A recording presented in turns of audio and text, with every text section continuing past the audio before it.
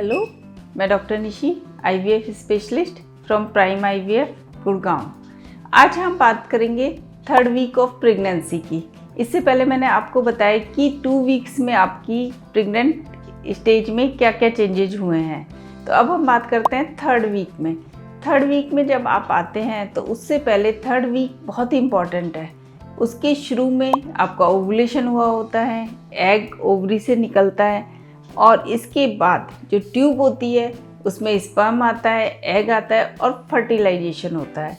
ये 3rd week के शुरू होने पे होता है, 14वें दिन, 16वें दिन, ये डिपेंड करता है। अगर आपका पीरियड रेगुलर है तो आपका ओवुलेशन अगर 14वें दिन हो रहा है तो एग 14वें दिन आपकी ट्यूब में आ रहा है। अगर आपके पीरियड थोड़े लॉन्ग हैं, इरेगुलर है और आप फॉलिकुलर मॉनिटरिंग से ये पता कर रहे हैं कि आपका ओवुलेशन हो रहा है तो ये भी 14वें 16वें इस तरह से आता है और ट्यूब में आ जाता है।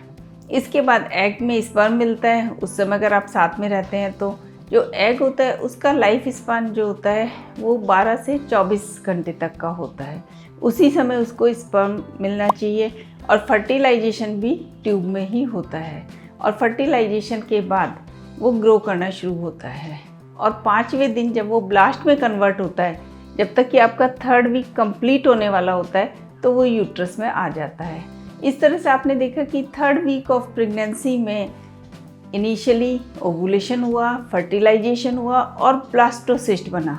मतलब तीनों important step 3rd week of pregnancy में हुए हैं। इसके बाद वो ब्लास्टोसिस्ट यूट्रस में आता है, जहाँ की प्रोजेस्टेरोन हार्मोन की वजह से जो आपकी जो लाइनिंग होती है यूट्रस की वो सिक्रीटरी हो जाती है।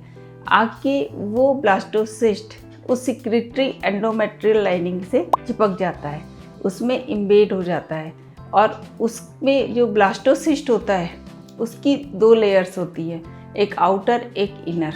जो आउटर लेयर होती है वो आपका प्लेसेंटा बनाती है और उसके थ्रू उसको न्यूट्रिशन, ब्लड फ्लो या यूट्रस जो एंडोमेट्रियम लाइनिंग है उससे अटैच रहता है।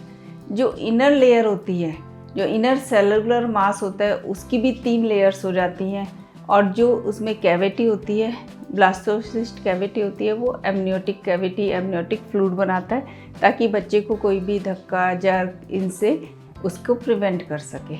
इस तरह से ब्लास्टोसिस्ट जो होता है वो यूट्रस की लाइनिंग में चिपक जाता है।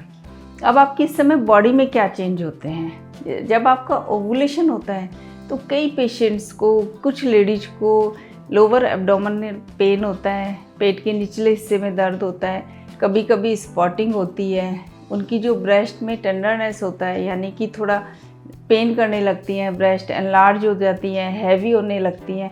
तो वाटर रिटेंशन की वजह से कई बार बॉडी में उनको थोड़ा हैवीनेस लगती है।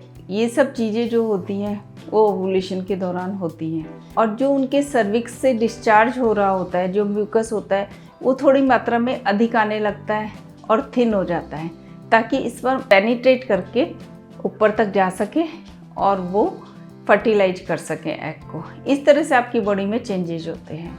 तो इससे संबंधित आपका कोई भी क्वेश्चन हो तो आप मुझे ईमेल कर सकते हैं या सजेशन बॉक्स में जाके पूछ सकते हैं।